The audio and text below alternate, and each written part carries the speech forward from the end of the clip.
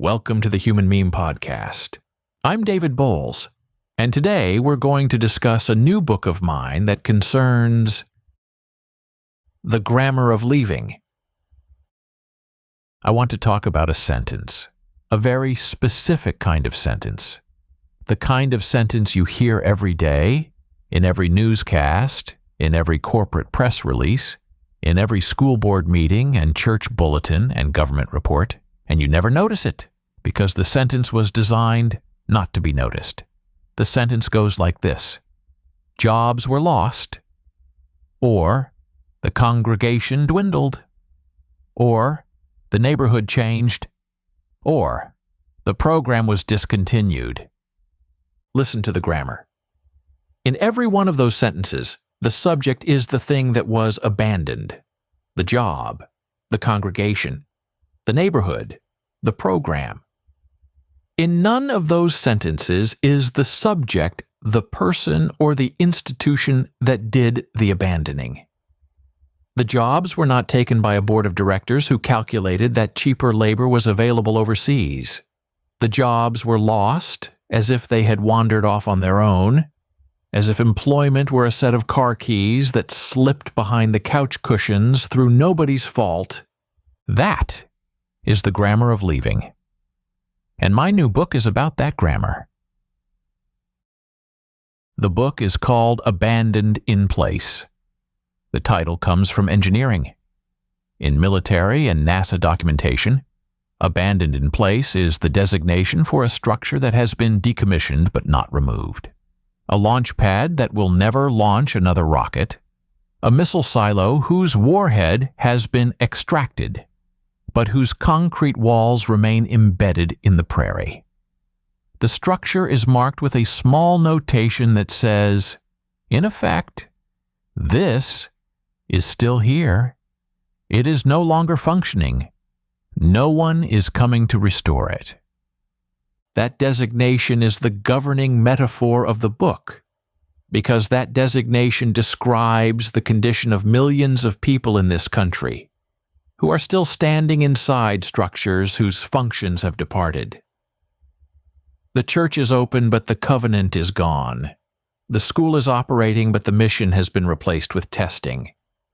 The factory closed, and the town is still there. The government withdrew the service, and the citizens who depended on it are still paying their taxes. The structure remains. The function departs. And the grammar narrates the departure as if it were weather. I should tell you where this book comes from, because human meme listeners know that I do not write from theory alone. I write from the intersection of theory and autobiography, which is the intersection where the seeing happens. A judge I never met decided how long my father would be required to remain in the home after my birth. The answer was 5 days. On the 6th day, he left. He returned to the woman he had chosen over the woman who was carrying me. The court called the 5 days help for the mother. I call it the first passive construction of my life. The leaving was given a number and a name, and neither the number nor the name was abandonment. I was born into the grammar. The grammar shaped everything I have seen for the past 5 decades, and this book is the result of the seeing. Abandoned in Place moves in 4 parts. Part 1 is the wound, the personal material, the founding image, the attachment theory that explains how early abandonment restructures the self at a level deeper than language. Part 2 is the pattern, 4 institutional chapters examining the church, the school, the factory, and the government, each one demonstrating the same grammar applied at a different scale.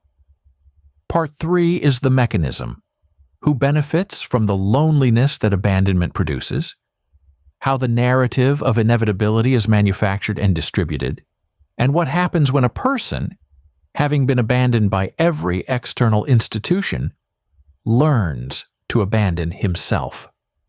Part 4 is the reckoning, whether shared abandonment can constitute a form of belonging, and whether the self, today, and the refusal to pretend can be sufficient ground. The book is not a memoir, though it begins with one. It is not self-help. There are no steps. It is not a political polemic, though it names names across every partisan line. It is a map. It maps the territory of abandonment from the infant in the crib to the citizen in the hollowed square, using a set of analytical tools that I develop early and apply consistently throughout.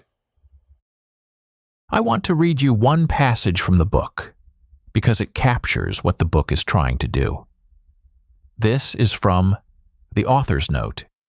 I have tried in every chapter to rebuild the passive constructions in the active voice, to restore the actors to the sentences from which the grammar removed them, and to call the leaving what it is.